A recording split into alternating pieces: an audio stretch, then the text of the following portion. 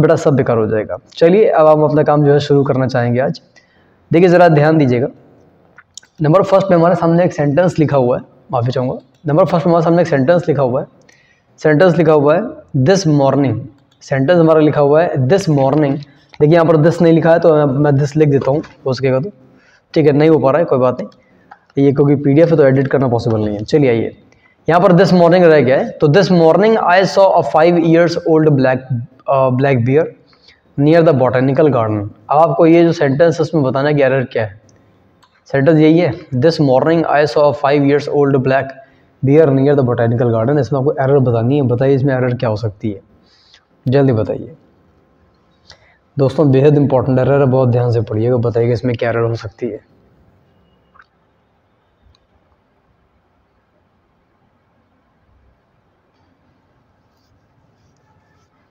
देखिए मैं आपको एक बात बता दूं, यहाँ दिस मॉर्निंग वैसे लिखा था, यहाँ पर लिखा नहीं है, अब लोग समझ जाइएगा। This morning I saw a 5 years old black bear near the botanical garden. अब अगर आपको याद हो तो ये जो हमारा सेंटेंस है, ये हमारा सेंटेंस बच्चों ये है हमारा नाउन के चैप्टर से। क्योंकि जब भी आप किसी सेंटेंस में संख्या लगाते हो, जब भी आप बेटा किसी सेंटेंस में क्या लगाते हो, संख्या लगाते हो, और बेटा जब भी आप किसी सेंटेंस में क्या लगाते हो, संख्या लगाते हो, तो ऐसी कंडीशन में उसके बगल वाली जो यूनिट होती है ये हमेशा क्या हो जाती है बेटा, ये हमेशा सिंगुलर फॉर्म में होती है। यानी कि अगर आपने देखा हो, जैसे आपको याद होगा कि 5 रुपीज़ नोट को 5 रुपी नोट कर रहे थे, 5 years old बॉय के 5 years old boy, 5 year old boy कर रहे थे। ठीक उसी तरह क्या हो जाएगा, 5 years old ब्लैक बियर गलत हो जाएगा और 5 year old ब्लैक बियर हो जाएगा। तो बेहतर तरीका ये है कि यहाँ पर दिस मॉर्निंग आई सॉ और 5 संख्या लिखी हुई, बगल वाले बीच वाले नाउन को जो है हमें सिंगुलर फॉर्म में करना पड़ेगा। ईयर्स का दोस्तों यहाँ पर जो है ईयर हो जाएगा, तो ये पार्ट हमारा बेटा क्या हो जाएगा, ये पार्ट बेटा हमारा जो है गलत हो जाएगा। बताइए क्लियर हुआ। चलिए अब आइए नेक्स्ट पे। He was sent home from hospital. देखिए ज़रा ध्यान से, he was sent home from hospital after his burns has been dressed. इस सेंटेंस में बताना आपको कि एरर क्या हो सकती है। यानी कि उसको घर भेज दिया गया अस्पताल से। अस्पताल से घर कब भेज दिया गया, जब उसके जो जले के निशान है, जो उसकी जलने की चोट है, उसको उसमें ड्रेसिंग कर दी गई। तो आपको बताना है इसमें दोस्तों एरर क्या हो सकती है। देखिए मैं आपको एक बात बता दूं, अगर आपने वीडियो ये क्वेश्चन सॉल्व नहीं किया तो वीडियो को पॉज करके आप क्वेश्चन को सॉल्व कर सकते हैं, क्योंकि 50 क्वेश्चन है, टाइम बहुत लगेगा ऐसे अगर मैं रुकूंगा बहुत देर तक। तो ही वॉज सेंट होम, अब यहाँ पर सेंटेंस हमारे पैसे हुए कि उसको जो है घर भेज दिया गया फ्रॉम हॉस्पिटल्स, हॉस्पिटल से। किसके बाद, आफ्टर हिज बर्न्स। देखिए पहला सेंटेंस हमारा क्या है, पास्ट है, तो जाहिर सी बात है अगला सेंटेंस पास्ट बनेगा। तो यहाँ पर बेटा हम लोग क्या करेंगे, यहाँ पर हम लोग हैज का यहाँ पर हम लोग हैज़ का हेड कर देंगे। पहला सेंटेंस हमारा दोस्तों देखिए पास्ट में है, तो अगला सेंटेंस भी क्या हो जाएगा, पास्ट में हो जाएगा। तो पहला सेंटेंस अगर देखेंगे तो यहाँ पर 5 लिखा है, तो ईयर्स का ईयर हो जाएगा। और अगर नेक्स्ट सेंटेंस की बात करेंगे बच्चों, तो यहाँ पर हमारा बर्न्स के साथ हैज़ का क्या हो जाएगा, हेड हो जाएगा। ईयर्स का 5 ईयर हो जाएगा। नेक्स्ट में पहला सेंटेंस पास्ट, अगला पास्ट हो जाएगा। बर्न्स प्लूरल है, हेड लगा देंगे, उससे कोई दिक्कत नहीं होगी हमारे लिए। I would better put on my best suit if we are going out for dinner. यहाँ पर हम लोग जो गलती कर रहे हैं वो क्या करेंगे, यहाँ पर वो जो वुड बेटर हमारी हेल्पिंग वर्ब में उसको काट देंगे, यहाँ पर शल लगा देंगे। ठीक है, इफ़ ही वॉज चूज की जगह ही वॉज चोजन हो जाएगा। अब बात करेंगे देखिए नंबर 5 की। लिखा हुआ the presented king of our neighbouring country. The presented king of our neighbouring country, जो किंग है हमारी नेबरिंग कंट्री का, इज़ नो डिफरेंट। पहली बात तो ये है, हाँ ये देखिए इसमें 2 गलतियाँ होंगी, different than his predecessor. Predecessor कौन होता है बेटा, प्रेडिसेसर वो होता है जो पहले का राजा होता है। ठीक है, इस सेंटेंस देखिए 2 गलती हो गई है। वैसे मैं आपको बताऊँ 2 गलती क्या है, ये टाइपिंग मिस्टेक है। प्रेजेंटेड नहीं प्रेजेंट होना चाहिए था यहाँ पे, ये तो खैर अलग ही चीज़ है। बाकी आप गलती देख लीजिए क्या हो सकता है, बताइए। देखिए मैं बताता हूँ, ये जो प्रेजेंटेड किंग का प्रेजेंट हो जाएगा, जाहिर सी बात है। और अगला जो सेंटेंस हमारा होगा बेटा, ये कौन सा, डिफरेंट। डिफरेंट के साथ प्रेपोजिशन हमेशा फ्रॉम लगाते हैं, देन नहीं लगाते, ये बात आपको पता होना चाहिए। ठीक है, चलो ये सेंटेंस अगला देखते हैं, नंबर कौन सा लिखा हुआ है। Despite all the policeman questions, policeman के सारे क्वेश्चन के बावजूद लेडी कॉन्टिन्यूड, लेडी जो है इस बात पर जोर देती रही कि शी वॉज एन इनोसेंट। फिर से देखिए, despite all the policeman's questions, the lady continue to affirm that she was an innocent. ये क्वेश्चन आपको बताना है, क्या करेंगे बताइए जल्दी से, क्या हो सकता है। देखिए मैं बताता हूँ आपको, जिन्होंने सॉल्व नहीं किया पहली बात तो ये कोई काम करिए कि अपना बीच में वीडियो को पॉज करके सॉल्व कर लीजिए। अब मैं इसकी बात करने जा रहा हूँ।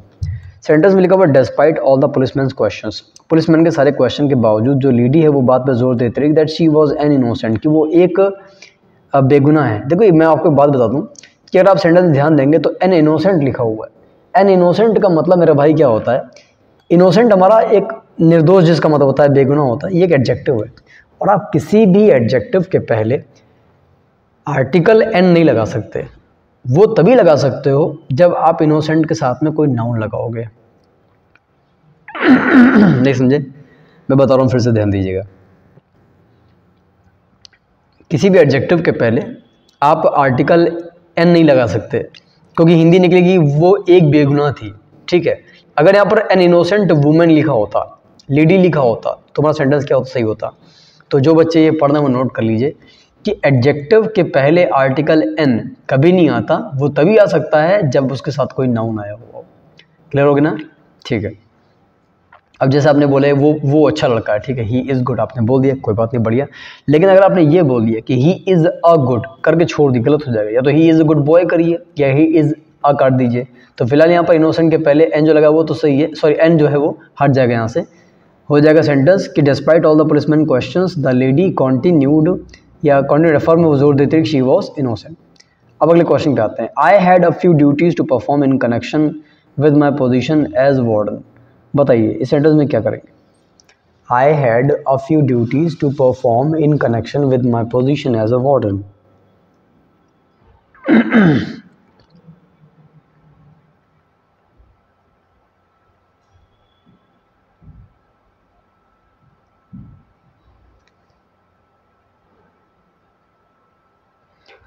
बताइए कौन से सेंटेंस करेंगे।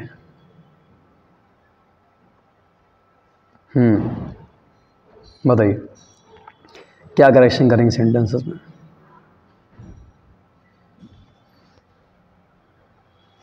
देखिए मैं बताता हूँ आपको। डेस्पाइट मैंने होता के बावजूद, सारे पुलिसमैन, ऑल मैंने प्लूरल है तो यहाँ पर एम लगा, ई लगा, वो भी सी लिखा हुआ है। सारे पुलिसमैन के क्वेश्चन के बावजूद जो लेडी है वो जोर देती रही दैट शी वॉज, सॉरी गलत हो गया, मैंने दोबारा सेंटेंस पढ़ दिया, माफी चाहूँगा। आई हैड अ फ्यू ड्यूटीज़, मेरी अपनी कुछ ड्यूटीज़ हैं, ड्यूटीज़ थी टू परफॉर्म करने के लिए। इन कनेक्शन विद बिल्कुल सही लिखा हुआ है, in connection with my position as a warden की जगह एज अ वार्डन हो जाएगा, एज अ वार्डन की जगह एज अ वार्डन हो जाएगा। क्योंकि देखिए जब हम यहाँ पर किसी पोस्ट की बात कर रहे होते हैं तो जाहिर सी बात है कि वहाँ पर वो अपने लिए संख्या बताने के लिए काउंटेबल नाउन के सेंस में आर्टिकल ए का प्रयोग किया जाएगा। तो बच्चों यहाँ पर एक काम करेंगे, वार्डन को जो है अंडरलाइन कर देंगे, हमारा क्या हो जाएगा, गलत हो जाएगा, एज अ वार्डन की जगह एज अ वार्डन हो जाएगा। अब आप जानते हो अच्छे से कि भैया यहाँ पर लिखा हुआ है, यहाँ पर हम एक महिला की बात कर रहे हैं, ठीक है, महिला एक ही है।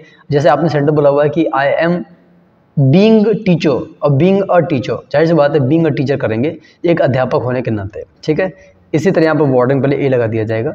और इस जो क्वेश्चन आप देख रहे हो इसमें क्या हो जाएगा, हमारा जो इन है वो एन है जो वो बच्चों क्या हो जाएगा, गलत हो जाएगा, ठीक है। बताइए क्लियर हो रहा है। यहाँ डिफरेंट लगा हुआ था, देन की जगह कर दिया जाएगा, फ्रॉम कर दिया जाएगा। अब हम लोग बात करते हैं अगले सेंटेंस की। चलिए, जो लीगल ऑब्लिगेशन है, जो लीगल ऑब्लिगेशन है इज बीइंग ग्रॉसली वायलेट। अब मैं बता दूं ऑब्लिगेशन क्या होता है। ऑब्लिगेशन मतलब होता है कंपलसरी कर देना किसी चीज़ को। जब सरकार या कानून किसी चीज़ को कंपलसरी कर देता है, ऑब्लिगेटरी कर देता है, तो उसका मतलब होता है कंपल्सरी, मतलब मजबूरी है। तो जो कानूनी बाध्यता बनाई गई है उसको खुलेआम, वायोलेट माने होता है नियम कानून तोड़ना, उसको खुलेआम जो है भंग किया जा रहा है in most of the drug forms. अब ये सेंटेंस आपको पढ़ना और बताना, इसमें गलती क्या हो सकती है, बताइए जल्दी से।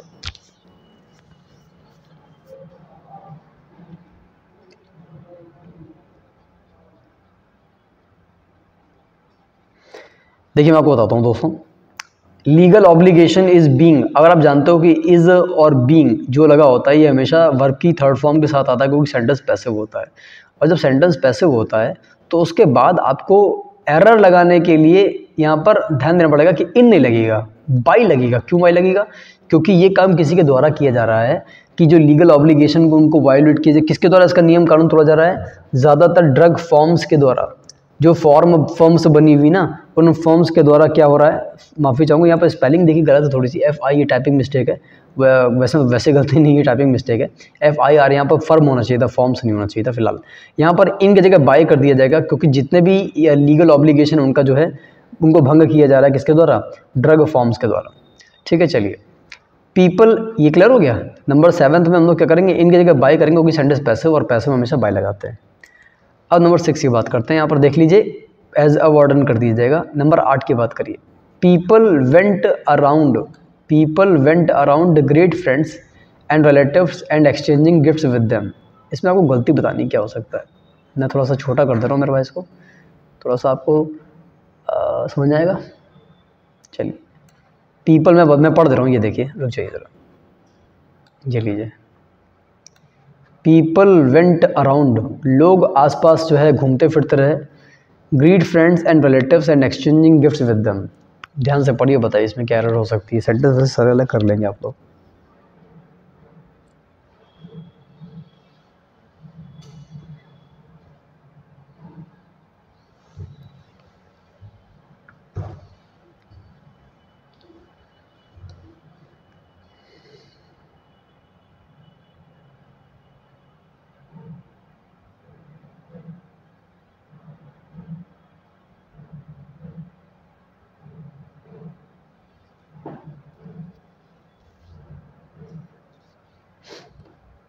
देखो जो मैं बताता हूँ आपको, people went around go around की सेकंड फॉर्म है। लोग जो है आसपास घुमा करते थे।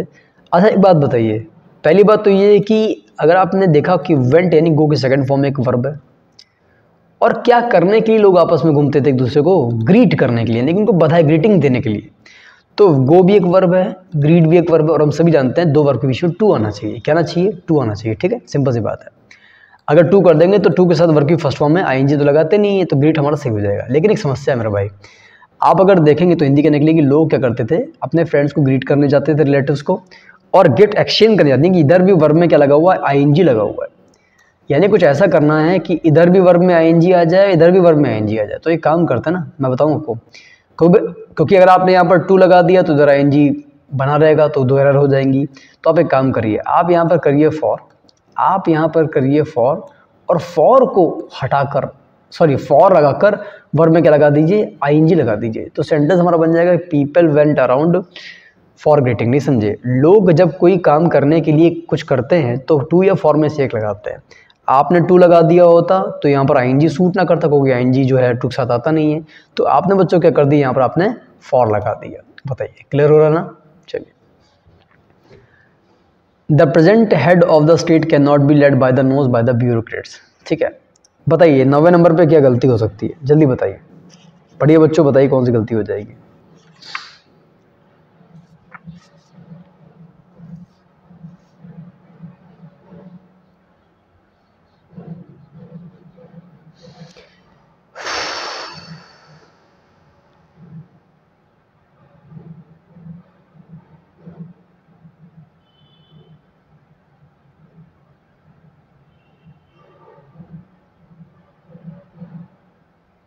ये थोड़ा सा इसमें मैं माफ़ी चाहूँगा, इसमें थोड़ी सी गलती हो गई।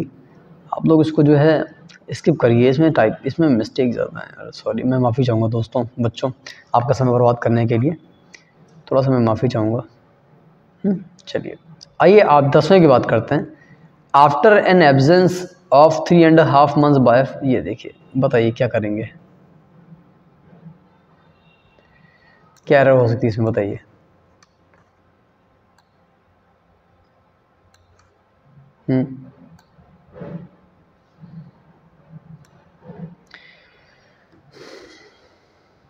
देखिए मैं आपको बताता हूँ, सेंटेंस हमारा बिल्कुल सही है। उसका कारण क्या है कि आफ्टर एन एब्सेंस का नाउन है तो उसके पहले एन लगा सकते हैं, जाहिर सी बात है, संख्या में एक होता है। एक अनुपस्थिति की वजह से, अब अनुपस्थिति कितने दिन की है? 3.5 months, 3.5 महीने। चूँकि महीने 3.5 एक से ज़्यादा है तो जाहिर सी बात है मंथ में एस लगाती है, तो गलत नहीं है, भी सही हमारा, बिल्कुल बढ़िया। My friend return home only yesterday, मेरा जो दोस्त है कल लौटा हुआ है। अब देखिए यस्टरडे के हिसाब से सेकंड फॉर्म भी लगी हुई है, 3.5 मंथ है तो उसमें मंथ्स भी लगा हुआ है, ये भी सही हमारा है। और एब्सेंस लगा, ये भी सही है, तो बड़ा सेंटेंस बिल्कुल सही, इसमें गलती नहीं है। There are so many changes in this that we shall just have to start the whole things afresh. बताइए इसमें गलती आपको क्या लगती है, क्या हो सकती है गलती आपको, बताइए। मैं किनारे कर देता हूँ।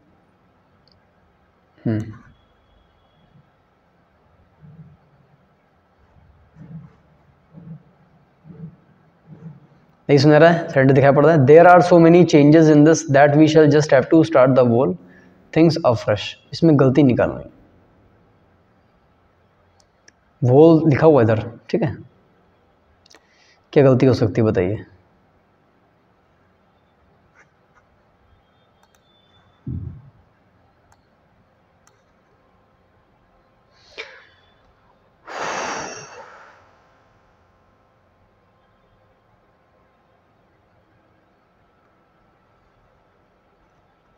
देखिए मैं आपको बता देता हूँ। एक्चुअली में there are so many changes in this, इसमें बहुत सारे चेंजेस हैं, that we shall just have to start the whole things afresh, ठीक है। सो मेनी चेंजेस, इतने सारे चेंजेस हैं कि दैट, अच्छा जो पहले में सो आया अगले में दैट आया, बिल्कुल सही लिखा हुआ है। दैट वी शैल जस्ट, अभी गलत हो गया। देखिए करना पड़ेगा अगले शैल हैव टू बिल्कुल सही है, लेकिन जो जस्ट का वर्ब करते यूज़ करते हैं वो कहाँ करते हैं, वर्ब के ठीक पहले करते हैं। यानी कि जो जस्ट हमारा है ये कहाँ पर आ जाएगा, ये स्टार्ट के ठीक पहले आ जाएगा। तो सेंटेंस मैंने कहा there are so many changes in this that we shall have to just start the whole things afresh. यानी कि जस्ट एक एडवर्ब है और एडवर्ब कहाँ रखते हैं, वर्ब के ठीक पहले रखते हैं। गलत जगह लिखा हुआ है, इसको उठा के जो है वर्ब के पहले कर दिया जाएगा। They devoted his whole life to the work to the good of, ये बहुत इंपॉर्टेंट सेंटेंस है, वेरी नाइस। ये सेंटेंस इंपॉर्टेंट है, थोड़ा सा ध्यान दीजिए। क्या करेंगे बताइए। मैं बारह बताइए क्या करेंगे।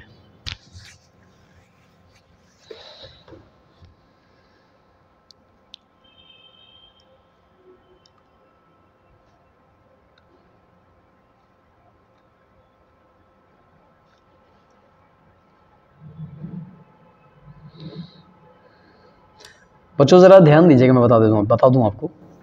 दे devoted his whole life to the work to the good of, ठीक है। दे डिवोटेड, उन्होंने क्या कर दिया, अपनों जो है डिवोट कर दिया, समर्पित कर दिया। देयर होल लाइफ कर देंगे।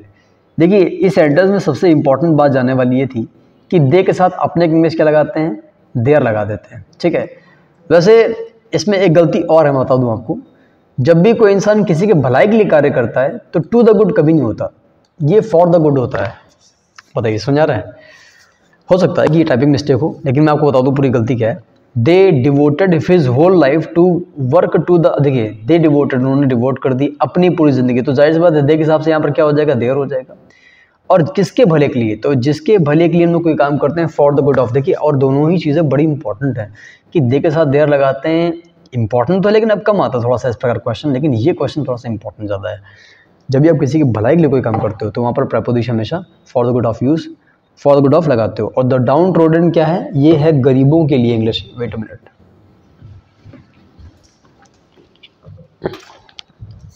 ये है गरीबों के लिए इंग्लिश। द डाउन ट्रोडन माने क्या हो जाएगा बच्चों, गरीब हो जाएगा, ठीक है। चलिए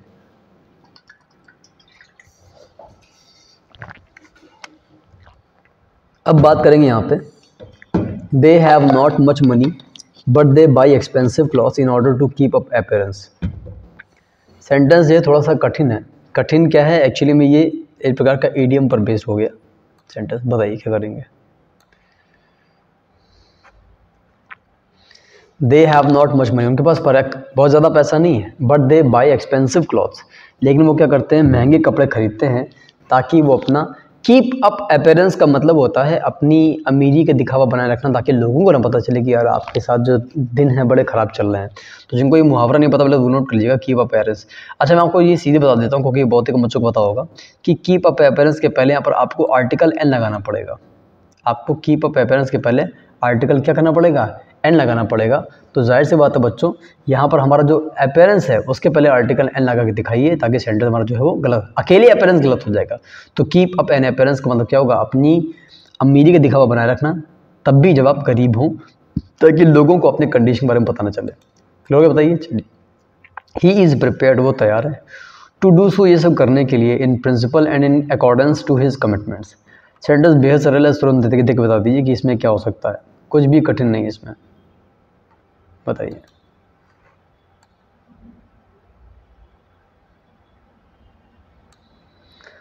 बताइए। देखिए बच्चों, मैं बता दूं आपको, कहीं पर भी अकॉर्डिंग टू अगर नहीं लिखा हो तो उसकी जगह इन अकॉर्डेंस टू नहीं होता, जब भी होता है तो इन अकॉर्डेंस विद होता है।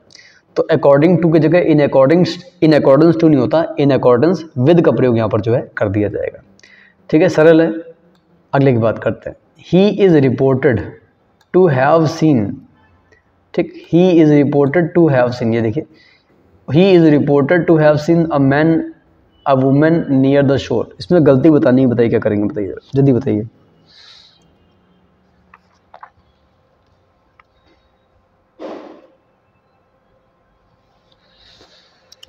बेहद सरल सरल सेंटेंस है, कुछ भी इसमें गलती जो है, मतलब कोई इसमें कठिन बात नहीं है। ही इज़ रिपोर्टेड, उसके बारे में देखिए, अब पहले तो मैं आपसे समझ लीजिए ही इज़ रिपोर्टेड क्या है। जब भी किसी इंसान के खिलाफ रिपोर्ट की जाती है या जब भी किसी इंसान के खिलाफ कोई बात शिकायत की जाती है तो इंग्लिश में पैसों में ऐसे बना जाता है कि ही is reported, he was reported. तो ये गलत नहीं है, सही है। अच्छा, चूँकि वो देख चुका है महिला को और पुरुष को, तो जाहिर सी बात है कि हैव सीन भी बिल्कुल सही हमारा। तो यहाँ पर आप दो के बीच में अगर आप ध्यान देंगे ना, तो इन दो के बीच में एंड का यूज़ नहीं किया गया है, ना ही कॉमा लगाया गया है। एक बार कॉमा लगा देते तो भी ठीक था, कोई दिक्कत नहीं थी। तो अ मैन अ वुमेन के बीच में क्या कर दिया जाएगा, एंड का यूज़ कर दिया जाएगा, हमारा सेंटेंस जो है वो क्लियर हो जाएगा। सरल सेंटेंस है, कुछ कठिन नहीं था उसमें। चलिए अब बात करते हैं अगले सेंटेंस की। ठीक है, the poor and under privilege. अब जिन बच्चों को तैयार हो थोड़ा सा भाई ध्यान दीजिए।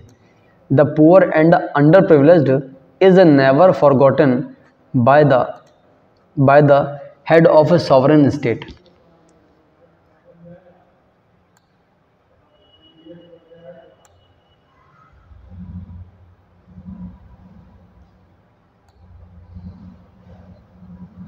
चलिए देखिए, अगर आप बात की 15 करेंगे यहाँ पर, तो पुअर और अंडर प्रिविलेज दोनों ही हमारे गरीब के लिए यूज़ किए जाने वाले वर्ड है।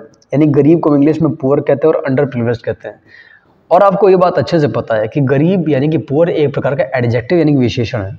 अब आपको याद हो कि ब्लाइंड माने अंधा, ठीक, ब्लाइंड माने अंधा, और पुअर माने गरीब, सिक माने बीमार। आप इस प्रकार के जितने, रिच माने अमीर, ठीक है, पुअर गरीब, लेम लंगड़ा, ब्लाइंड अंधा, थोड़ा सा मैं शायद बोलने गलती हुई मेरे से।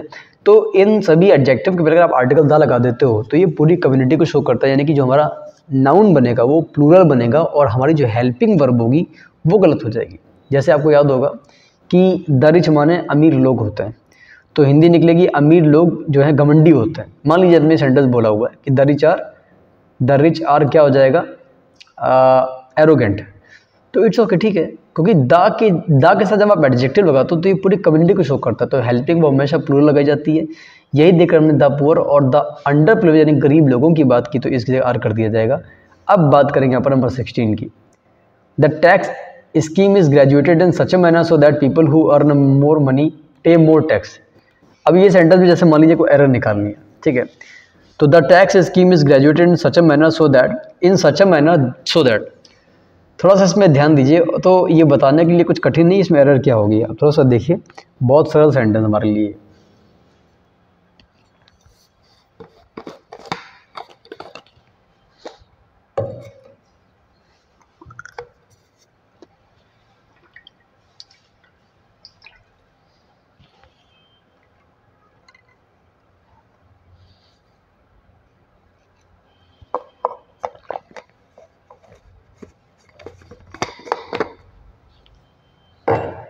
ये जो टैक्स स्कीम है इसको इस मैनर में ग्रेजुएट किया गया है, तैयार किया गया है, ठीक। जब भी हम पहले सेंटेंस में सच का प्रयोग करते हैं तो अगले सेंटेंस में सो दैट का प्रयोग कभी नहीं करते। जब भी हम पहले सेंटेंस में सच का प्रयोग करते हैं तो वहाँ पर सो दैट का प्रयोग नहीं करते, है ना। तो यहाँ पर आप सो दैट का यूज़ गलत है, याद है। जैसे कि आपने यूज़ किया था सच, तो अगले सेंटेंस में हम लोग एज लगाते हैं। जिन लोगों ने प्रोनाउन चैप्टर पढ़ा हो तो उनको याद होगा कि पहले सेंटेंस में जब हम लोग सच लगाते हैं तो अगले सेंटेंस में क्या लगाते हैं, एज लगाते हैं। जैसे he is such a boy, वो ऐसा लड़का है, हु की जगह एज लगा दिया हम लोगों ने, ठीक। तो सेंटेंस में लिखा हुआ है जो टैक्स स्कीम है वो उसको ऐसे ग्रेजुएट किया गया है एज ना, या अगर आप अकेले दैट भी कर दोगे तो काम चल जाएगा, लेकिन वो स्पोकन के साथ सही है फिलहाल, सो दैट हमारे यहाँ गलत हो जाएगा, क्योंकि यहाँ सच आया हुआ, जब भी सच आता है तो अगले सेंटेंस क्या लगाते हैं, एज लगाते हैं। ठीक है, चलिए अब यहाँ पर देखिए नंबर बात करेंगे 17 की। Some checks will also to be thought. जाहिर सी बात है, सेंटेंस को पढ़ के समझा रहा है, checks will be thought, checks के बारे में सोचा जाएगा। विल बी होता है, विल टू बी नहीं होता, तो टू हमारे यहाँ से क्या हो जाएगा, कट जाएगा, अब सेंटेंस ही हो जाएगा कि some checks will also be thought of against the mushrooming of. फिलहाल मैं पूरा सेंटेंस पढ़ देता हूँ आपको कि कुछ चेक्स हैं उनको उनके बारे में सोचा जाएगा ऑफ, या उनको माना जाएगा कि वो खिलाफ हैं, किसके खिलाफ हैं, मशरूमिंग। मशरूम माने होता है तेजी से बढ़ना, मशरूम माने क्या होता है, तेजी से बढ़ना, तो वो तेजी से बढ़ने के खिलाफ है। किसके बढ़ने के खिलाफ है, फ्रिवोलस यूनियंस। फ्रिवोलस का मतलब होता है जो अनइम्पॉर्टेंट है, जिसको ज़रूरत से ज़्यादा तवज्जो दी गई लेकिन इंपॉर्टेंट नहीं है। ठीक है, तो क्या हो जाएगा, फ्रिवोलस यूनियंस को बढ़ने से रोकने के लिए ऐसे चेक्स तैयार किए गए बोलना चाहते हैं। तो ऐसी कंडीशन दोस्तों यहाँ टू हट जाएगा। विल बी हमारी थर्ड फॉर्म होती है, विल टू भी कोई फॉर्म नहीं होती। ठीक है, फिर पैसे वो तो वॉइस होता है। यहाँ पर जो हम बात कर रहे थे मेरे भाई, इन सच ए मैनर लिखा हुआ है, सो दैट गलत हो जाएगा। सो दैट गलत क्यों हो जाएगा बच्चा, इसलिए गलत हो जाएगा क्योंकि भैया यहाँ पर जो है सच आया हुआ, अगले मैच लगाएंगे।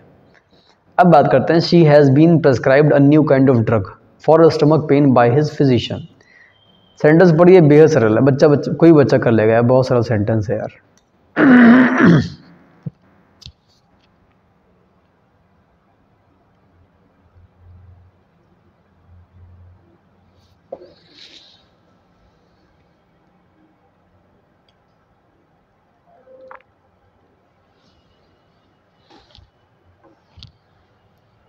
नीचे कर दूँ सेंटेंस क्या, ताकि थोड़ा दिखाई पड़ जाए। चलिए, सेंटेंस बिल्कुल सरल।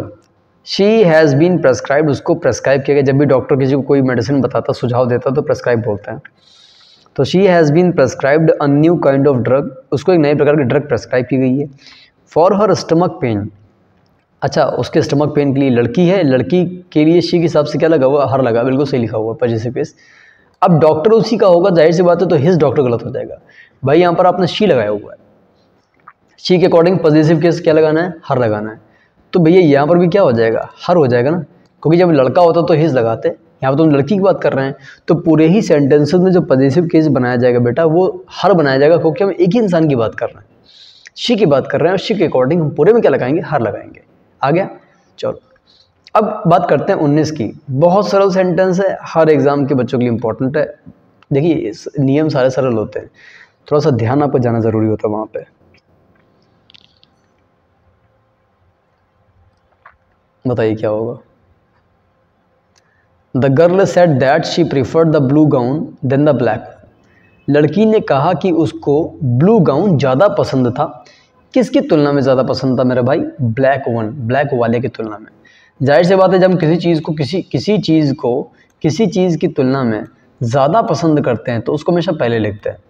और प्रीफर के साथ क्या लगाते हैं मैं बता दूं आपको, प्रीफर के साथ तुलना के लिए देन नहीं लगाते। ये गलत हो जाएगा मेरे भाई, ये गलत हो जाएगा। ये गलत क्यों हो जाएगा बेटा, क्योंकि जब भी हम प्रीफर का प्रयोग करते हैं तो वहाँ पर हमेशा टू का प्रयोग करते हैं। Prefer, prior, senior, junior, superior, inferior, इन सभी शब्दों के पहले हमको प्रेपोजिशन टू प्लेस करना पड़ता है। क्लियर हो गया। तो प्रीफर के हिसाब से क्या लगा देंगे, टू लगा देंगे, और यहाँ पर सी के हिसाब से हमने हर लगा दिया था।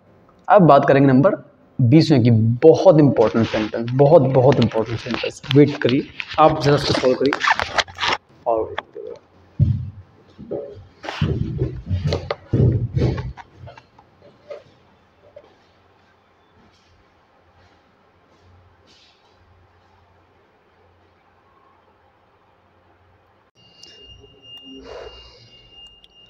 चलिए दोस्तों यहाँ पर बात करते हैं अब नंबर यहाँ पर सेंटेंस नंबर 22 की। आप ज़रा ध्यान से देखिए सेंटेंस में क्या लिखा हुआ है। ये सेंटेंस हमारे बच्चों के लिए बेहद इंपॉर्टेंट है। सेंटेंस में लिखा हुआ है, every one of the man, जितने भी लोग थे प्रेजेंट हियर, जो लोग यहाँ पर उपस्थित हैं, has given a day's pay as a contribution to the fund. तो आपको ये सेंटेंस देखना है, बताना सेंटेंस में करना क्या है, जल्दी बताइए।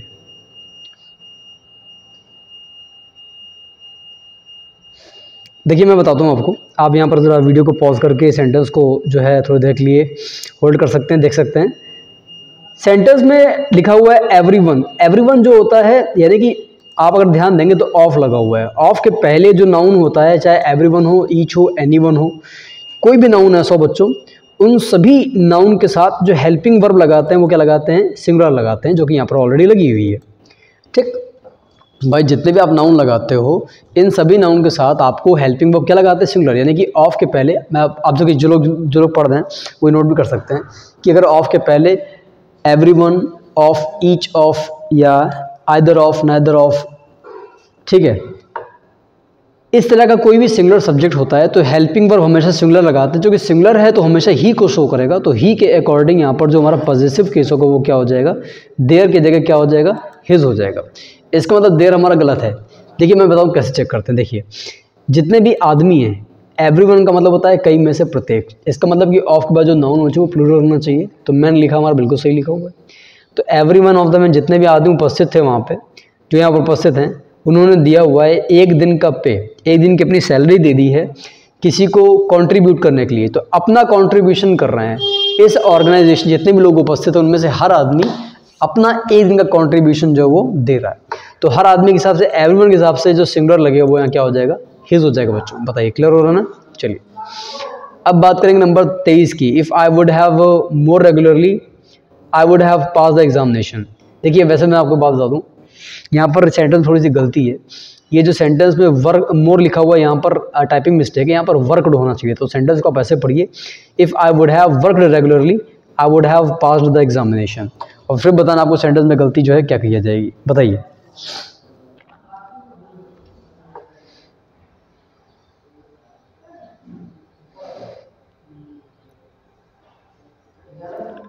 बिल्कुल सरल सेंटेंस है। देखिए जब किसी सेंटेंस में इफ़ के साथ वुड हैव लगा हो और अगले सेंटेंस में वुड हैव लगा हो, तो आपको पता है कि इफ़ वाले सेंटेंस में वुड हैव गलत माना जाता है। वुड हैव की जगह यहाँ पर हैड लगाया जाएगा। क्यों हैड लगाया जाएगा, मेरे पास इसका कारण है। कारण बच्चों ये है कि इफ़ के साथ जब हम कल्पना करते हैं पास्ट टेंस को लेकर, जो हेल्पिंग वर्ब लगाई जाती है वो हमेशा हैड लगाई जाती है, तभी अगले सेंटेंस में वुड हैव के साथ थर्ड फॉर्म लगाई जाती है। जिन बच्चों ने मेरे से कंडीशनल सेंटेंस पढ़ा उनको अच्छे से याद होगा कि इफ़ वाले सेंटेंस में हमेशा क्या करते हैं, हैड लगाते हैं, और अगले सेंटेंस में हमेशा क्या करते हैं, वुड हैव लगाते हैं। तो इफ़ के साथ लगेगा हैड और अगले में क्या लगेगा, वुड हैव लगेगा। ठीक है, और ये वाले सेंटेंस में एवरीवन के अकॉर्डिंग हैज़ सिंगुलर लगेगा और अपने की इंग्लिश क्या लगेगी, हिज लगेगी। बताइए, क्लियर होगा ना। चलिए, the unreasonable behaviour of his daughter was thoroughly upset mister Rai. अगर यहाँ पर बात करेंगे अनरीजनेबल बिहेवियर, जो उसकी डॉटर का अनरीजनेबल बिहेवियर है, उसने यहाँ पर मिस्टर राय को अपसेट कर दिया। इस सेंटेंस का हमें जो है एरर निकालना, बताना इसमें गलती क्या हो सकती है। तो आप बताइए इसमें, देखिए गलती क्या हो सकती है।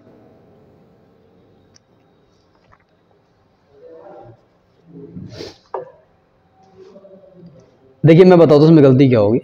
अगर आप ध्यान दें बच्चों यहाँ पे, तो अनरीजनेबल का मतलब होता है बिना किसी वजह का, जो कि एडजेक्टिव और बिहेवियर नाउन, बिल्कुल सही लिखा हुआ है। जो उसकी डॉटर का अनरीजनेबल बिहेवियर है, अब यहाँ पर वॉज लगा हुआ है और आपको लगा पता है कि वॉज के साथ थर्ड फॉर्म जो होता है वो पैसिव होता है। भाई यहाँ पर वॉज भी लगा हुआ है और अपसेट थर्ड फॉर्म भी लिखा है पैसिव है। इसका मतलब ये सेंटेंस गलत हो जाएगा, क्योंकि अगर हम लोग इसका हिंदी निकालेंगे तो अर्थ निकलेगा कि इसकी डॉटर के बिहेवियर को अपसेट कर दिया गया। इसमें है ना, देखिए हम सभी को पता है कि नाथुराम गॉडसे ने गांधी जी को मारा, तो हमारा सेंटेंस बनना चाहिए कि नाथुराम गॉडसे किल्ड गांधी। ठीक है, इतना बनना चाहिए। लेकिन अगर आप ध्यान देंगे बच्चों, तो अगर ये कह दें कि नाथुराम गॉडसे वॉज किल्ड गांधी, तो गलत हो जाएगा ना, क्योंकि अगर वॉज लगा देंगे तो हिंदी निकलेगी नाथुराम गॉडसे को मारा गया था, जबकि हम क्या बोलना चाहते हैं, नाथुराम गॉडसे ने गांधी को मारा था। तो किसी भी सेंटेंस में वॉज का प्रयोग नहीं करते अगर वहाँ पर शुरुआत में लिखा हुआ सब्जेक्ट खुद काम कर रहा है। ठीक है, तो उसके डॉटर के बिहेवियर ने मिस्टर राय को नाराज़ किया हुआ है, ना कि उसकी डॉटर के बिहेवियर को नाराज़ किया गया है। पैसिव का सेंस नहीं निकल रहा है, तो वॉज यहाँ से वर यहाँ से जो है वो कट जाएगा। अब नंबर 25 की बात करेंगे। बताइए सेंटेंस में गलती क्या हो सकती है। Our country needs a number of self sacrificing and devoted political leaders.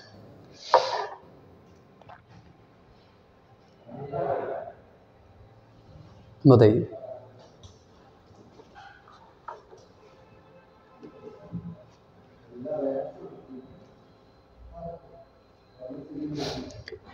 चलिए, सेंटेंस में आवर कंट्री हमारा सब्जेक्ट सिंगुलर है, सब्जेक्ट हमारा दोस्तों सिंगुलर है, तो जाहिर सी बात है वर्ब में एस या एस लगा हुआ है, तो सेंटेंस हमारा सही है।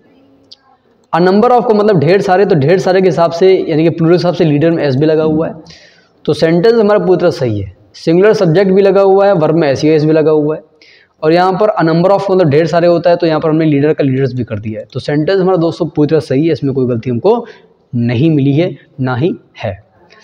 अब नंबर 26 की बात करते हैं। ये सेंटेंस हम तो करेंगे बाद में, ये सेंटेंस इंपॉर्टेंट नहीं है, इसको छोड़ो, बाद में करते हैं। अब आइए बात करते हैं नंबर 27 की। Dilip is the best student in our class at present. चलिए इसमें अगर सेंटेंस देखिए, बताइए गलती क्या हो सकती है।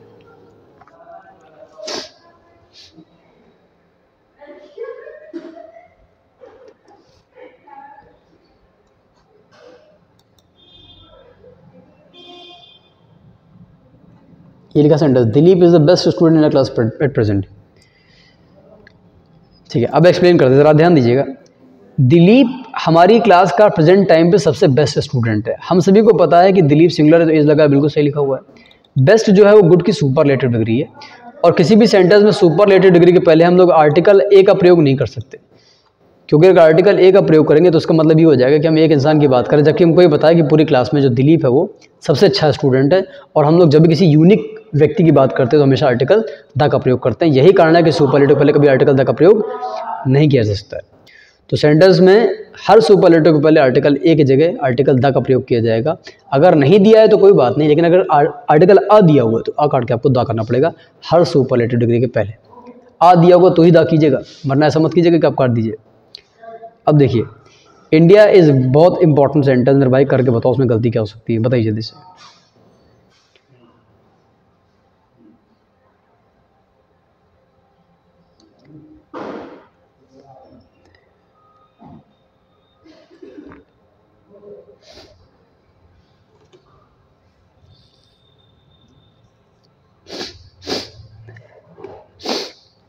Sorry. India is one of the leading film producing country in the world. अब देखिए, देखते हैं उसको चक्कर करते हैं। इंडिया सिंगुलर है, इस लगा बिल्कुल सही है। वन ऑफ का मतलब होता है कई में से एक, यानी कि वन ऑफ के बाद जो नाउन हो वो प्लूरल होना चाहिए। तो भारत जो है वो एक है, किसमें? फिल्म प्रोड्यूस करने वाली कंट्री। अब गलत हो गया, क्यों गलत हो जाएगा मेरे भाई? क्योंकि किसी भी सेंटेंस में जब वन ऑफ के बाद वन ऑफ का प्रयोग करते हैं उसका मतलब होता है कि हम लोग कई में से एक की बात कर रहे हैं। It means the noun after one of should be plural. One of के बाद जो नाउन होता है वो क्या होना चाहिए बच्चों? प्लूरल होना चाहिए। और ये एक बार की बात नहीं है, मैंने इससे पहले भी बहुत सारे सेंटेंस कराए हैं जहाँ पर मैंने वन ऑफ के बाद जो है प्लूरल आपको नाउन करके बताया है, और ये बेहद इंपॉर्टेंट सेंटेंस है। तो सेंटेंस बनेगा, India is one of the leading film producing countries in the world. Clear हो गया? तो जब भी आपको वन ऑफ का प्रयोग किया जाए या every one of each of का प्रयोग किया जाए तो ऑफ के बाद वाला नाउन प्लूरल होना चाहिए, और ऑफ के पहले वाला हमेशा सिंगुलर नहीं होता है, ज़्यादा सिंगुलर होता है, हमेशा नहीं हो सकता। फिलहाल यहाँ पर इंडिया सिंगुलर है, वन ऑफ के बाद लगाएंगे film producing countries in the world. अब ये जो नंबर है हमारा 29, इसको ध्यान रखना है। सेंटेंस लिखा है, instead of is busy and hard life. अब इंस्टेड ऑफ पहले पढ़ लीजिए, आप बता दीजिए क्या करेंगे सेंटेंस, फिर बताते हैं किसमें क्या किया जाएगा।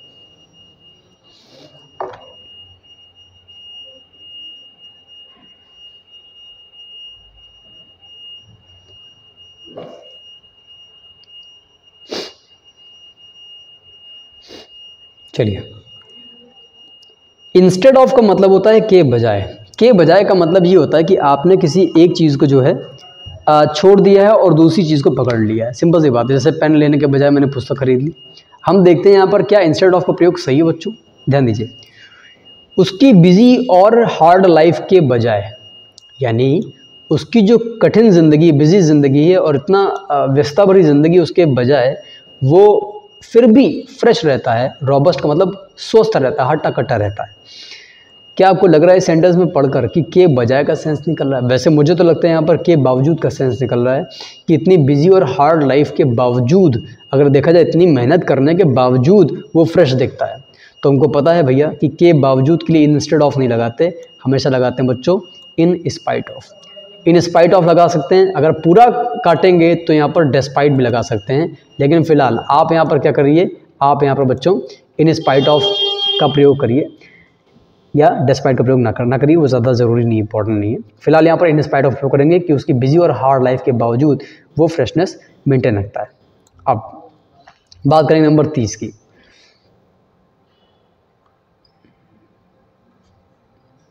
यहाँ पर एक गलती है, यहाँ पर गलती ये है कि ई नहीं ए है, इसको ए मान के चलिएगा। ये टाइपिंग मिस्टेक है थोड़ी सी, मैं उसके लिए माफ़ी चाहूँगा, अगली बार मैं ध्यान रखूँगा इस चीज़ का। जेंटलमैन में जेंटलमैन है, जेंटलमैन नहीं है, ठीक है। चलिए, अब जिन बच्चों ने नहीं पढ़ा है उनको याद होगा, या जिन्होंने पढ़ा उनको याद होगा कि जब किसी सेंटेंस में टुगेदर विद से आप दो नाउन को जोड़ते हो, एक नाउन तो जेंटलमैन हो गया, दूसरा कौन हो गया, विद हिज वाइफ हो गया। जब आप दो नाउन को जोड़ते हो किससे, टुगेदर विद जोड़ते हो, तो हेल्पिंग वर्ब हमेशा पहले वाले नाउन के अकॉर्डिंग लगाई जाती है। हेल्पिंग वर्ब हमेशा पहले वाले नाउन के अकॉर्डिंग लगाई जाती है। अच्छा, पहला नाउन यहाँ पर जेंटलमैन मैंने बताया कि MAN सिंगुलर लिखा हुआ है, तो जाहिर सी बात है यहाँ पर वर्ब की जगह क्या हो जाएगा, वॉज हो जाएगा। तो ये हमारा बेटा क्या हो जाएगा, गलत हो जाएगा दोस्तों। बताइए, क्लियर हुआ, क्लियर हो गया। तो फिलहाल यहाँ पर मैंने आपसे बताया था A लिखा हुआ है, और हमारा सोल्यूशन क्या है, टुगेदर विद से जब जोड़ते हैं बच्चों दो नाउन को, तो हमेशा हेल्पिंग वर्ब पहले वाले नाउन के अकॉर्डिंग लगाते हैं।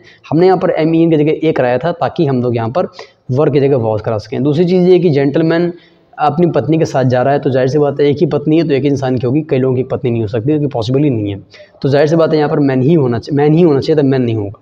अरे दोस्तों चलिए, अब बात करेंगे नंबर 31 की।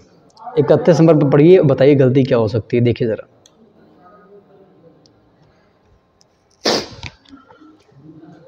बहुत ध्यान से पढ़िएगा, सेंटेंस सरल है और आराम से कर भी लेंगे।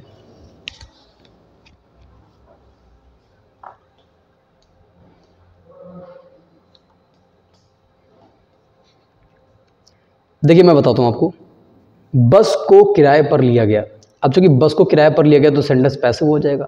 बस को किराए पर लिया गया, किसके द्वारा लिया गया, लेडीज़ के द्वारा।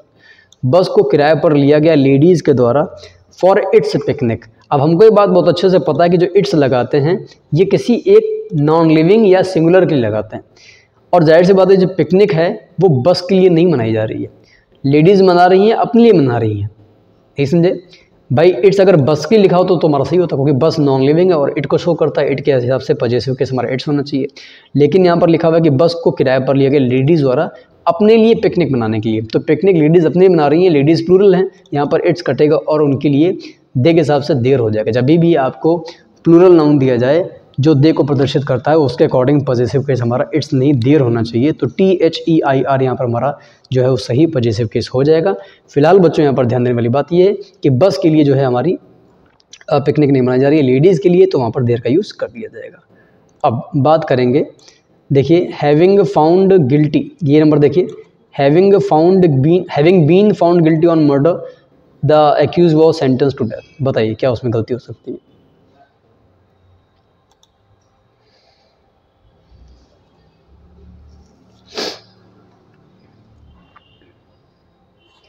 चलिए शुरू करते हैं। सबसे पहली बात तो ये ध्यान देने वाली है कि यहाँ पर क्या हैविंग बीन फाउंड सही है, बिल्कुल सही है। देखिए हैविंग के साथ थर्ड फॉर्म तब लगाते हैं जब दो काम के बीच में या की वजह से कोई काम होता है। यहाँ पर जो आरोपी है, एक्यूज है, उसको गिल्टी पाया गया है, इसलिए पैसिव बनाया गया हैविंग थर्ड फॉर्म को, हैविंग बीन किया गया कि अपराधी पाए जाने पर। अच्छा, अपराधी किस चीज़ का है, मर्डर का है, तो ये गलत हो गया, ऑफ मर्डर होना चाहिए, क्योंकि जब भी इंसान किसी चीज़ का अपराधी होता है तो वहाँ पर प्रेपोजिशन ऑफ का प्रयोग करते हैं, ऑन का प्रयोग नहीं करते। तो सेंटेंस बनेगा कि having been found guilty of murder, accused को डेथ की सज़ा सुनाई गई। जब भी किसी इंसान को सज़ा सुनाई जाती है तो हमेशा वॉज सेंटेंस्ड टू डेथ, ये सेंटेंस हमेशा लिख कर आता है, याद कर लीजिएगा। वॉज सेंटेंस्ड टू डेथ का मतलब होता है किसी इंसान को मौत की सज़ा सुनाना, स्पेशली जज द्वारा, ठीक है। तो भाई यहाँ पर छोटी सी बात ध्यान देने वाली थी कि प्रेपोजिशन गलत है और ये रीडिंग सेक्शन पर है, कोई ऐसी कोई खास प्रेपोजिशन नहीं है, आपको बस पढ़ के बताना पड़ेगा।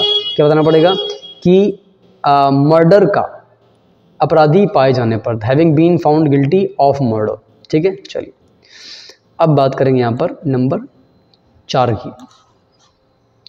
The father as well as the sons were mysteriously missing from the house. बताइए इस सेंटेंस में गलती क्या हो सकती है। सेंटेंस बिल्कुल सरल है, खुद कर सकते हैं।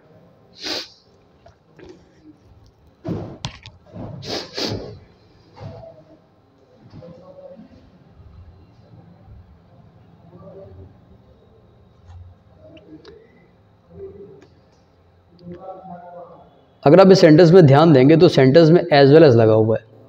जब भी हम दो नाउन को जोड़ने के लिए, जैसे कि पहला नाउन क्या है, द फादर, दूसरा नाउन क्या है, द सन्स, जब भी हम दो नाउन को जोड़ने के लिए एज वेल एज का प्रयोग करते हैं तो हेल्पिंग वर्ब हमेशा पहले वाले नाउन के अकॉर्डिंग लगाते हैं। पहले वाला नाउन हमारा सिंगुलर यानी कि फादर सिंगुलर है, तो वर्ब की जगह हमारा क्या हो जाएगा, वॉज हो जाएगा। सिंपल सी बात है। एज वेल एज जभी भी लगाएंगे आप, ऐसी कंडीशन में आपको हेल्पिंग वर्ब हमेशा पहले वाले नाउन के अकॉर्डिंग लगाना पड़ेगा। द फादर यहाँ पर सिंगुलर है तो क्या करेंगे, वर्ब करेंगे। अभी थोड़ी देर पहले आप लोगों ने इसी तरह ऊपर भी एक सेंटेंस किया हुआ था मेरे ख्याल से, जहाँ पर देखिए टुगेदर विद लिखा हुआ था। जब टुगेदर विद आ जाए, एज वेल एज आ जाए, तो हेल्पिंग वर्ब हमेशा पहले वाले नाउन के अकॉर्डिंग लगाते हैं। पहला सिंगुलर है तो यहाँ पर फादर के हिसाब से क्या हो जाएगा, वर्ब का वॉज हो जाएगा। अब बात करेंगे यहाँ पर नंबर सेंटेंस 35 की। इसमें देखना और बताना गलतियाँ क्या हो सकती हैं। The issues are complex and has been obscured by other factors. वैसे ऑब्सक्योर का मतलब होता है किसी बात को अस्पष्ट करना, यानी धुंधला बनाना, अस्पष्ट करना।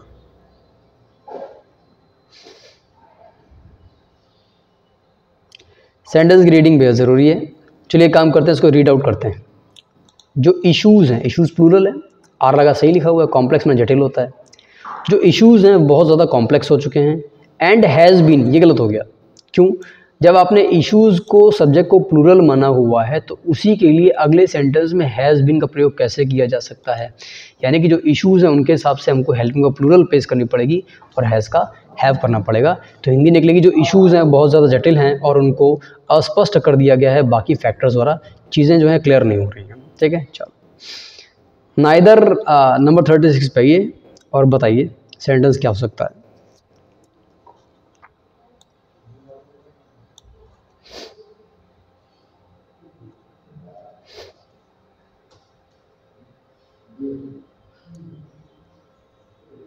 सेंटेंस सरल है। देखिए, जब नाइदर नॉर से हम दो सब्जेक्ट जोड़ते हैं, अभी तक हम पहले वाले के अकॉर्डिंग लगा रहे थे, लेकिन जब नाइदर नॉर से दो सब्जेक्ट जोड़ते हैं, पहला सब्जेक्ट क्या है, या दो नाउन जोड़ते हैं। पहला नाउन क्या है, द साइज, दूसरा नाउन क्या है, the colour of the gloves, यानी कि कलर से मतलब है।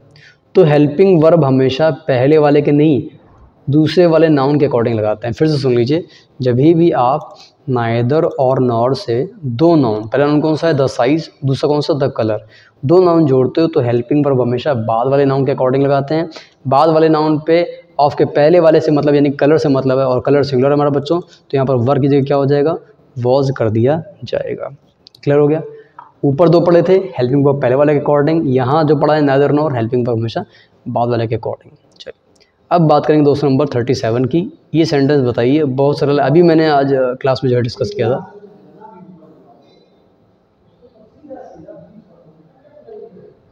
चलिए, जो स्मगलर है वो झुक गया, उसने सरेंडर कर दिया, या उसने मतलब वो हार मान ली, उसने वो झुक गया। यील्ड का मतलब होता है किसी चीज़ के आगे झुक जाना, और जिस भी चीज़ के आगे झुकते हैं प्रेपोजिशन हमेशा टू लगाते हैं। क्लियर हो रहा है। तो जो स्मगलर है वो लालच के आगे झुक गया, यानी कि उसने लालच के आगे अपनी जो है कंडीशंस को ख़त्म कर दिया। And fail into the police trap, और पुलिस के जाल में फंस गया। तो उसमें कुछ ज़्यादा खास करने वाली बात नहीं थी, बस आपको इतना याद रखना है कि यील्ड के साथ प्रेपोजिशन टू लगाते हैं, और मैं क्लास में डिस्कस कर चुका हूँ। अब बात करेंगे दोस्तों नंबर 38 की। It is in 1929 that we first flew to the United States. ये 1929 की बात है कि हम पहली बार यूनाइटेड स्टेट्स के लिए जो है उड़े थे, यानी वहाँ गए थे। अब बताइए इसमें गलती क्या हो सकती है।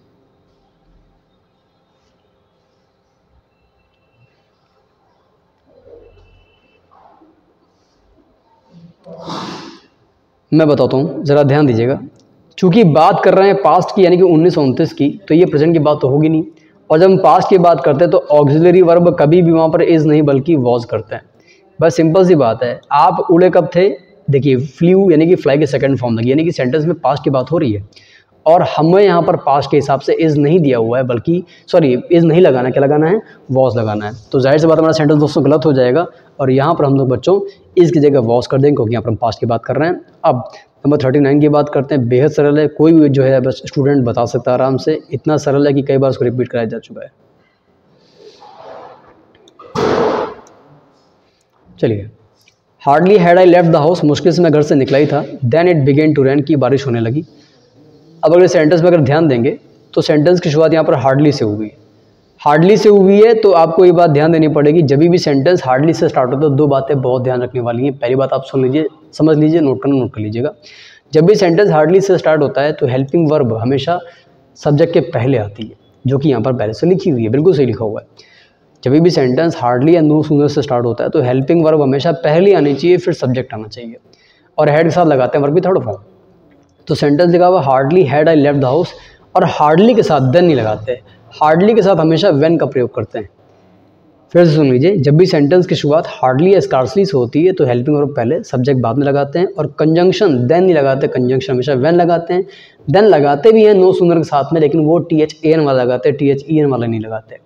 तो सिंपल सी बात है, हार्डली स्कार्सली के साथ देन व्हेन, बाकी सबके साथ सॉरी नो सूनर से करेंगे, देन का प्रयोग करेंगे। और नो सूनर हार्डली में एक चीज़ बड़ी कॉमन है, वो ये है कि हेल्पिंग वर्ब हमेशा पहले आती है और सब्जेक्ट हमेशा बाद में आता है। चलिए अब हम लोग बात करेंगे यहाँ पर सेंटेंस नंबर 40 की। ध्यान दीजिए बच्चों, क्या कर सकते हैं सेंटेंस में। A more irrational word, irrational का मतलब जो तर्क संगत ना हो, to this one in which we presently live could hardly be conceived. Sentence छोड़िए, इसको बाद में करेंगे यार, वेट करो, सेंटेंस गलत है, टाइपिंग गलत है, थोड़ा सा टाइपिंग मिस्टेक है दोस्तों। आइए नेक्स्ट पे आइए। He hoped to finish the work in the last week but in fact he could not. बताइए,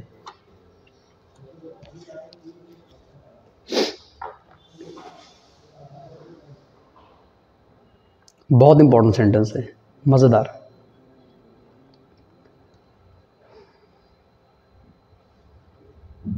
अगर आप इस सेंटेंस को ध्यान से देखेंगे बच्चों तो मैं बताता हूँ आपको। ही होप्ड, उसने उम्मीद की थी कि वो काम को ख़त्म कर देगा पिछले हफ्ते में। कब? पिछले हफ्ते में। लेकिन इनफैक्ट वास्तव में वो नहीं कर पाया। ठीक, ही कुड नॉट। क्या लगता है आपको, क्या मिस्टेक हो सकती है इसमें? मैं बताता हूँ। जब भी किसी सेंटेंस में लास्ट वीक, नेक्स्ट वीक आ जाए तो लास्ट या नेक्स्ट ऑलरेडी प्रेपोजिशन का काम कर रहे हैं, तो मेरे भाई आपको यहाँ पर प्रेपोजिशन इन लगाने की ज़रूरत नहीं है। नहीं समझे भाई? जब भी आपको किसी सेंटेंस में प्रेपोजिशन नेक्स्ट वीक या लास्ट वीक ऐसा दे दिया जाए तो ये ऑलरेडी हमारा पास में जो है समय का काम करता है, हमको वहाँ पर दूसरी प्रेपोजिशन लगाने की ज़रूरत नहीं है। ठीक है, तो ये बात आपको याद करनी पड़ेगी। नेक्स्ट या लास्ट के साथ, next month, last month, next week, last week ऐसे आ जाएं तो आपको प्रेपोजिशन नहीं लगानी है, वो पहले से प्रेपोजिशन काम करेगा। ऐसी कंडीशन में इन या ऑन लिखा हो तो काट दीजिएगा। नंबर बात करते हैं 43 की। बताइए इसमें क्या गलती हो सकती है। बेहद इंपॉर्टेंट सेंटेंस है और ये आपके एग्जाम में आएगा बच्चों, आ सकता है, सरल है, सरल भी इंपॉर्टेंट भी है।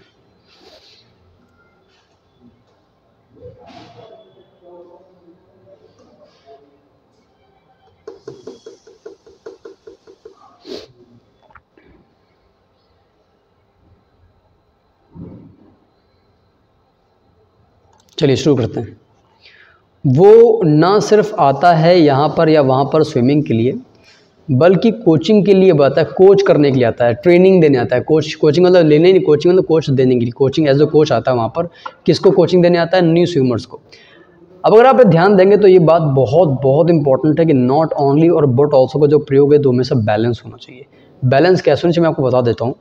जिस तरह नॉट ओनली, जिस तरह बट ऑल्सो कहाँ पर आया है? फॉर के पहले आया है, कि जिस पर्पज़ के लिए आ रहा है पहले, तो आप नॉट ओनली बट ऑल्सो दोनों तरफ पर्पज़ लगाई ना। यहाँ पर आपने नॉट ओनली लगाया हो, वो कम के पहले लगाया हुआ है। अब यहाँ पर आपने जो बट ऑल्सो लगाया वो फॉर के पहले लगाया हुआ है, यानी कि कोचिंग देने के लिए भी आता है और स्विमिंग के लिए भी आता है।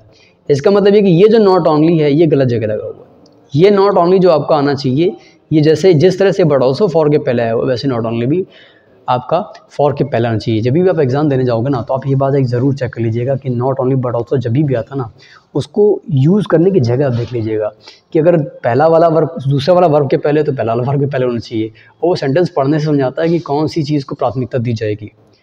अब बात करते हैं 44 की। ही could not cut the grass today because the handle of the machine has broken a few days अगो। बहुत सरल सेंटेंस है, जल्दी बताइए।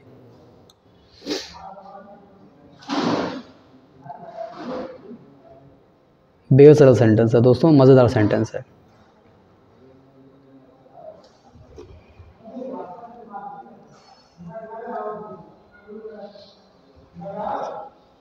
चलिए आइए शुरू करते हैं। वीडियो को पॉज करना चाहिए, वीडियो को पॉज कर सकते हैं। ही could not cut the grass today, आज वो ग्रास को नहीं कट कर पाया, यानी कि आज वो घास नहीं काट पाया।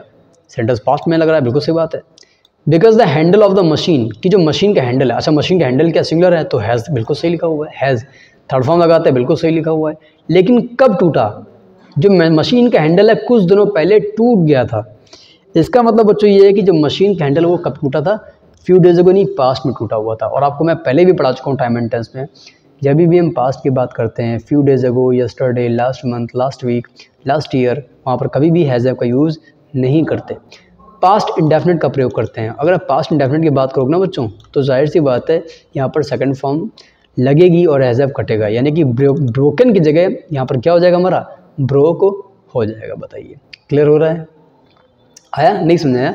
अब फ्यू डेज अगो पिछले कुछ दिनों पहले की बात कर रहे हैं ना, पास्ट की बात कर रहे हैं। पास्ट की बात जहाँ पर करेंगे वहाँ पर हैज़ काट दीजिएगा, सेकंड फॉर्म लगा दीजिएगा, या पास्ट इंडेफिनिट बना दीजिएगा। अब नंबर बात करते हैं 45 की, देखिए ज़रा क्या बनाएंगे, बेहद इंपॉर्टेंट सेंटेंस है।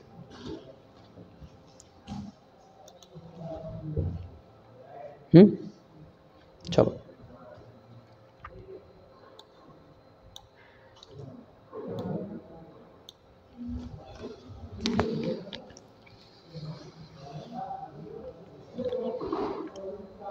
आइए बात करते हैं दोस्तों 45 की, जो उसके अंदर योग्यता यानी कि एबिलिटी है अजनबियों से बात करने की, his ability to talk to strangers. अच्छा एबिलिटी हमारा सिंग सब्जेक्ट है, स्ट्रेंजर सब्जेक्ट नहीं है, तो इस लगा बिल्कुल सही लिखा हुआ है। फिर से पढ़ लीजिए, जो उसकी योग्यता है स्ट्रेंजर से अजनबियों से बात करने की, वो योग्यता क्या है, वन ऑफ आ गया। अब वन ऑफ के बाद हमेशा प्लूरल होना चाहिए, तो नाउन पॉइंट से प्लूरल लिखा, बिल्कुल सही लिखा हुआ है, लेकिन ये गलत हो गया। वन ऑफ के बाद स्ट्रॉन्गर कभी नहीं होता, स्ट्रॉन्गेस्ट होता है। अब ये बात बच्चों को नहीं पता तो नोट करने वाली होनी चाहिए, दो बातें नोट करने वाली है कि वन ऑफ के बाद जो नाउन होता है वो हमेशा क्या होना चाहिए, प्लूरल होना चाहिए। वन ऑफ के बाद वाला नाउन क्या होना चाहिए, प्लूरल होना चाहिए, यानी कि पॉइंट्स। दूसरी चीज़, वन ऑफ के बाद में अगर एडजेक्टिव आया हुआ है तो आपको पहले से गलत दिया होगा, या तो पॉजिटिव डिग्री दी होगी या तो कंपैरेटिव दी होगी, आपको काट के वहाँ पर सुपरलेटिव करना है। जैसे वो सबसे महान लोगों में से एक है, तो he is one of the better students या पीपल नहीं होगा, he is one of the best people हो जाएगा। बताइए, तो वन ऑफ, ये बात नोट करने वाली, नोट कर लीजिए कि वन ऑफ के बाद कभी भी कंपैरेटिव या पॉजिटिव डिग्री नहीं लगाते। वीडियो को पॉज करके नोट कर सकते हैं, हमेशा सुपरलेटिव डिग्री लगाते हैं। तो यहाँ पर स्ट्रॉन्गर ये क्या हो जाएगा, स्ट्रॉन्गेस्ट हो जाएगा। ठीक है, चलो अब बात करेंगे 46 की। बेहद सरल सेंटेंस है, my brother said that he preferred the white shirt than the black one. Sentence sir जल्दी बताते हैं, फटाक से करिए, जल्दी बताइए क्या हो जाएगा। तो मेरे भाई ने कहा कि वो ज़्यादा पसंद करता है, प्रेफर का मतलब ज़्यादा पसंद करता है किसको, वाइट शर्ट को, और किसकी तुलना में ज़्यादा पसंद करता है, ब्लैक वाले की तुलना में। तो जब भी कोई व्यक्ति किसी चीज़ की तुलना में किसी चीज़ को ज़्यादा पसंद करता है तो वहाँ पर प्रेपोजिशन टू का प्रयोग किया जाता है, देन का प्रयोग नहीं करते हैं। मैंने पहले पढ़ाया हुआ है, prefer, senior, junior, superior, inferior, prior, इन सभी के साथ कभी भी देन का प्रयोग नहीं करते, बल्कि क्या करते हैं, टू का प्रयोग करते हैं। फिर से बेटा बोल रहा हूँ, सुनिए ध्यान से, किसी भी सेंटेंस में प्रेफर आ जाए तो वहाँ पर देन की जगह टू का प्रयोग करते हैं। इसी तरह senior, junior, superior, inferior, prior, इन सब के पहले भी टू का प्रयोग किया जाता है, देन का प्रयोग देते हैं, काट के टू करना पड़ेगा। चलो अब बात करेंगे यहाँ पर 47 की, थोड़ा छोटा कर दूँ ताकि वो क्लियर हो जाए आपको। चलिए 47 की बात करते हैं दोस्तों, क्या हो सकता है इसमें सेंटेंस बताइए। She was the daughter of a working farmer, वो एक काम करने वाले फार्मर की बेटी थी। हु वॉज, अब जो हु आया है किसके लिए आया है, ठीक, अब ये हु आया है फार्मर के लिए, ध्यान से पढ़िएगा, बड़ा मजा आने वाला है। She was the daughter of the working farmer, वो एक काम करने वाले फार्मर की जो है बेटी थी, इतना तो सही लिखा हुआ है। हु माने जो, यानी फार्मर के लिए आया है, फार्मर सिंगुलर है, वॉज लगा, बिल्कुल सही लिखा हुआ है। वन ऑफ, वन ऑफ का मतलब होता है कई में से एक, इसका मतलब वन ऑफ जो नाउन होना चाहिए प्लूरल होना चाहिए। इसका मतलब क्या है कि वो फार्मर जो कि हेडमैन, मुख्य लोगों में से एक थे, तो यहाँ पर वन ऑफ के बाद नाउन सिंगुलर लिखा हुआ है, काट के क्या करना पड़ेगा, प्लूरल करना पड़ेगा। इससे पहले भी हम लोग आज इस एक्सरसाइज में जो है 2-3 सेंटेंस कर चुके हैं, जहाँ पर वन ऑफ के बाद हमारा जो नाउन होना चाहिए वो हमेशा प्लूरल होना चाहिए। तो आप ये बात हमेशा याद रखिए कि वन ऑफ के बाद जो भी नाउन होता है वो आपका हमेशा प्लूरल होना चाहिए। क्लियर हो रहा है, चलिए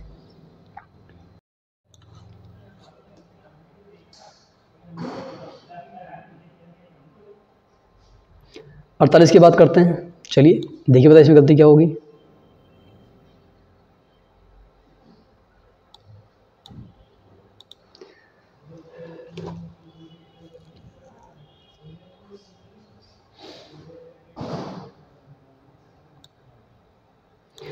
no king in that period, ऐसा कोई किंग नहीं था उस पीरियड में, उस युग में, जो कि इंटेंसली इन्वॉल्व किया जाना था, जो कि जिसको इन्वॉल्व किया जाना था in the welfare of his people as in the welfare, ये ऑफिस गलत लिखा हुआ वर्ड, तो थोड़ा टाइपिंग मिस्टेक होगी, सॉरी, मैं माफ़ी चाहूँगा दोस्तों उसके लिए। In the welfare people as king Ashoka, यहाँ ओके, यहाँ पर ऑफ होगा, सॉरी, मैं माफ़ी चाहूँगा, ये थोड़ा सा गलती लिखी हुई यहाँ पे, सेंटेंस होना चाहिए no king in that period, उस पीरियड में ऐसा कोई किंग नहीं था जिसको इन्वॉल्व किया, जो शामिल था लोगों की भलाई में जितना कि अशोक। जब भी सेंटेंस में आपको मैं बताऊँ अंदर एज लिखा होता है तो सेंटेंस की शुरुआत में कभी नो के साथ नाउन सीधे नहीं लगाते। आपको नो के साथ जो भी नाउन मिलेगा बच्चों वो हमेशा अदर के साथ मिलेगा, यानी सेंटेंस आपका बनना चाहिए नो अदर किंग। वैसे मैंने अभी आपको पढ़ाया नहीं चीज़, ये मैं आपको एडजेक्टिव में पढ़ाऊंगा, आप इतना ध्यान दीजिए। अंदर किसी इंसान की महानता की यानी उसके लिए कोई एडजेक्टिव की बात की जाए ना तो आप इतना याद समझ लीजिएगा, बाहर नो से शुरुआत नहीं करेंगे, नो अदर से सेंटेंस की शुरुआत की जाएगी। बताइए क्लियर हो गया नहीं क्लियर हो गया? क्लियर हो गया ना, ठीक है। और ये जो सेंटेंस है मेरे ख्याल से ये सेंटेंस दोनों उनको मैं बाद में डिस्कस करेंगे, थोड़ा सा गलती मुझे नज़र आ रही है। फिलहाल दोस्तों हम लोगों ने क्या किया दोस्तों, यहाँ पर 48 सेंटेंस जो हम लोगों ने सॉल्व कर लिए। ये 48 सेंटेंस जो है बेहद इंपॉर्टेंट है, जिसमें एक दो सेंटेंस हम लोगों ने हटा दिए, उनको हम लोग बाद में डिस्कस करेंगे कुछ इश्यूज़ की वजह से। फिलहाल मैं आपको एक बात बता दूँ, ये जो एक्सरसाइज हमारी ये इतनी इंपॉर्टेंट है, जितने बच्चे ये वीडियो देख रहे हैं उन सभी के लिए इतनी इंपॉर्टेंट है कि आपको बिल्कुल इसी तरह के एग्जाम में सेंटेंस मिलेंगे। कुछ हम लोग क्लास में पढ़ते हैं ना बेटा, तो क्लास में पढ़ते समय चीज़ें बहुत अलग होती हैं, बहुत सारी चीज़ें आपको ऐसी फर्जी में पढ़नी पड़ेंगी जिनका कोई यूज़ नहीं है, कम इंपॉर्टेंट है। लेकिन शीट में सॉल्व करने का फ़ायदा ये है कि आपको चीज़ें बार बार आप वही चीज़ पढ़ दो कि वन आपके बाद प्लूरल लगेगा तो आपको चीज़ें रट जाएंगी, ठीक है। तो भाई आप लोग ये जो वीडियो है आपने इसको पढ़ लिया, अच्छी बात है, दोबारा पढ़िएगा और वीडियो को लोगों से शेयर ज़रूर कीजिएगा जो कि तैयारी कर रहे हैं, क्योंकि आप लोग शेयर नहीं करते हैं, बहुत गंदे बच्चे हैं, ठीक है। चलिए शेयर कीजिएगा, मिलते हैं दोस्तों नेक्स्ट टाइम।